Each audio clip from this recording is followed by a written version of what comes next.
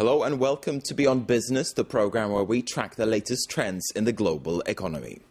Today we're asking how companies best protect their intellectual property.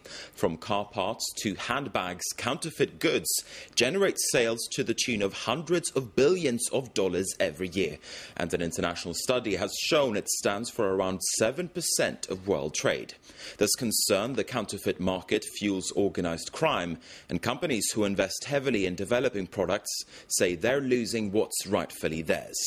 A French jewellery firm is among them. They say profits have taken a real hit because of cheaper knockoffs produced overseas. A peaceful place, warm and colourful. A picturesque setting in southern France where a jewellery manufacturer is based. But appearances can be misleading. There lies a tough economic war. GL has been around for more than 100 years, and the company is facing a fierce and illegal competition, the production of fake jewellery made in China and sold in Africa. GL's boss admits it's difficult to spot a fraud.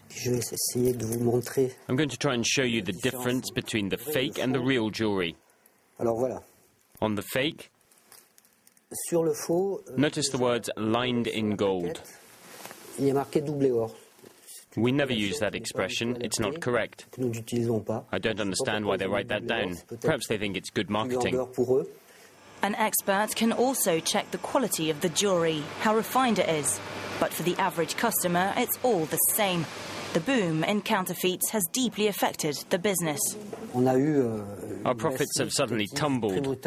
In May, we were down 40% compared to May last year, so we decided to establish a plan to protect our trade.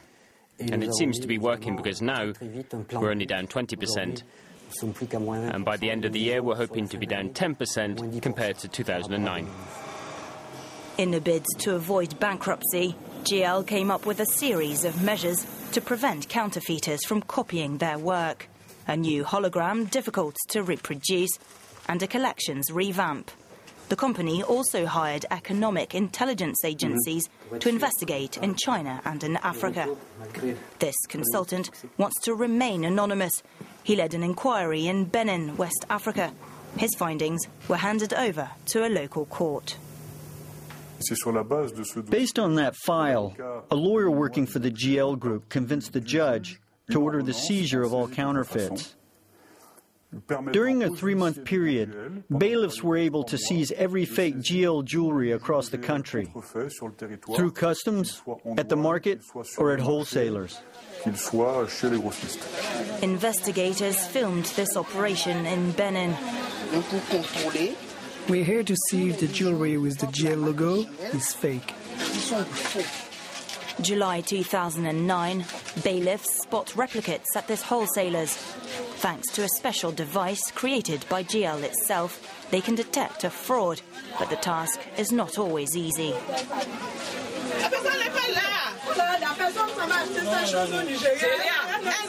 These witnesses point the finger at Nigeria, a transit point, but it's much more complex than it seems.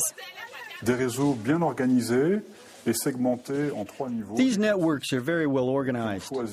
They're basically split into 3 categories. Wholesalers who choose to sell fake GL products because it's much cheaper for them and the customer. Forwarders and distributors who operate by land, sea and air, not only with Nigeria, but also with Asia. The investigation led us to producers in China. Authorities carried out several operations in China in September 2009. But one question remains: who are those counterfeits? According to the Economic Intelligence Agency, some of them are involved in other, more serious crimes. We discovered that some forwarders don't just pass on fake GLs. They also deal drugs and other fake goods. There's a growing concern with distribution because there are links with organized crime. It seems a small French company like GL can no longer avoid the consequences of this global economic war. And for more now on the counterfeit market, I'm joined here in the studio by Marc Mousset. He's from UNIFAB, the French Association for the Fight Against Counterfeiting. Thanks very much for speaking to us here at France 24 today. what's the best way of dealing with counterfeiting? Is the company GL that we saw in the report going about this the right way? Yes, I think that this company has done the right thing in a fast way, not waiting, not losing any time. But the first thing that any company has to do is to protect its IP rights. That's the first thing they have to do. I would like to make a point. Doing that, this company has spent a lot of money and resources. That's why counterfeit is a threat for the company. Because if this company do not react in this way, the risk is to lose jobs and maybe destroy this company. That's why a company under the threat of counterfeit has to react very fast, very quickly, organizing this sort of things with consultants, with investigators, protecting his IP rights, and working with the enforcement authorities to fight against sometimes criminal organization.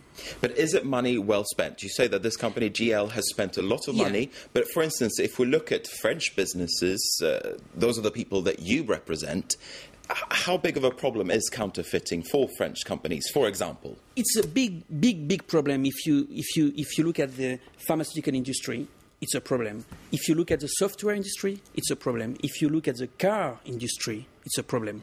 If you look at the toy industry, it's a problem. And now it's not only one company that could fight against counterfeit. It's something that must be done through a large alliance with companies, public authorities, and consumer association. Because at the end of the day, the problem is about the jobs, the enterprise, and the consumer.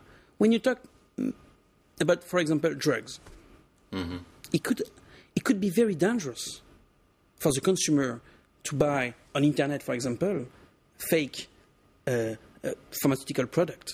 But at the same time, though, I mean, it's very, very difficult for consumers to tell what's real and what's fake, especially when it comes to pills, when it comes to medicines, when it comes to drugs. Yeah, but for example, when you buy some pills on the internet, you have to be very cautious.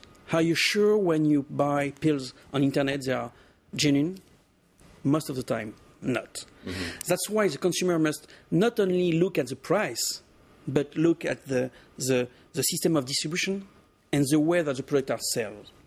And that's why the consumer and the consumer association, the consumer organization, must work with the public authorities and the companies and the association like UNIFAB to inform, to develop some campaign, to give to the consumer the awareness about what is counterfeiting and what are the risks behind this product.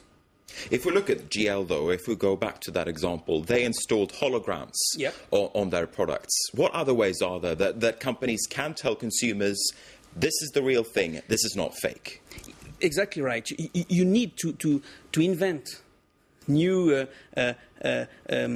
tools to protect your own product and to be able to explain to the consumer what sort of sign could help the consumer to differentiate a genuine product from a fake product. If you look at the software, for example, you have some certificate of authentication that show this product is genuine and not fake. But once again, it's about money for the company. They have to spend money to invent this sort of new tools to protect their own product. And at the end of the day, the risk is also to not spending this money on innovation. And the risk is also to destroy jobs, because spending this money on this sort of hologram is money that you don't spend to recruit new people. That's why counterfeit is really a threat for the jobs, for the economy, and for the consumer. Let's talk about another issue now. Who's the worst offender in your view? From what countries does all of this counterfeit goods, or do these counterfeit goods come from?